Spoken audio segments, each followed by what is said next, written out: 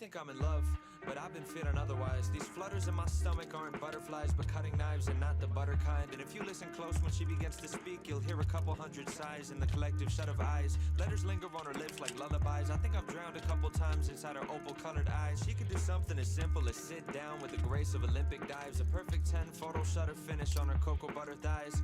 Catch her wearing loose pajamas on a Sunday, and she'd overshadow any supermodel on a runway. When she wakes up in the morning, she smells like vanilla essence and a bittersweet recollections of your adolescence. Summer camp and piano lessons and presents you got on birthdays. Orange creamsicles and double plays on first base.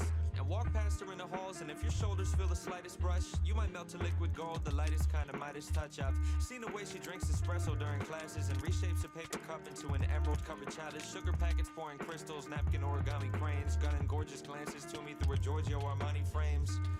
She's nearly perfect in almost every way.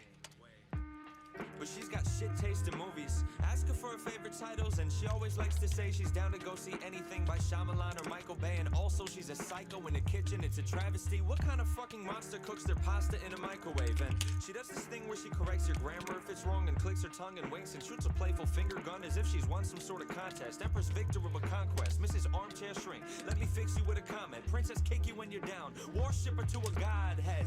It seldom happens that she listens to my voice and doesn't chime in quick with unsolicited advice. An unapologetic tyrant, a passive-aggressive rivalry. Ask her a question and catch a handful of sass and irony. And trust me, really, she is just the worst of board games. Debates about the rules like legislators at a court case. Tampers with the scales of justice, wielding pencils as her gavel. Once I even caught her cheating while she kept the score in Scrabble. She's a fucking wreck at checkers, plays Monopoly sloppily, always bringing up disputes and games of Trivia Pursuit. Sucks at Battleship and Risk, she fights better hand to hand. And don't even get me started about how trash she is at Candyland. Like you can't be bad at that game, yet you lose all the time.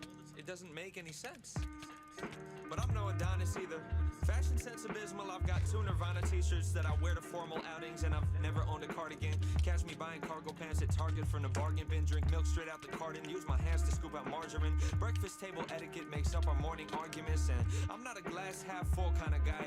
Shipwrecked flags half-mast hull kind of guy. I never was an optimist, not too good at compromise. The problem is my ego's far too fragile to apologize. But she always calls me out and takes me down a couple pegs too.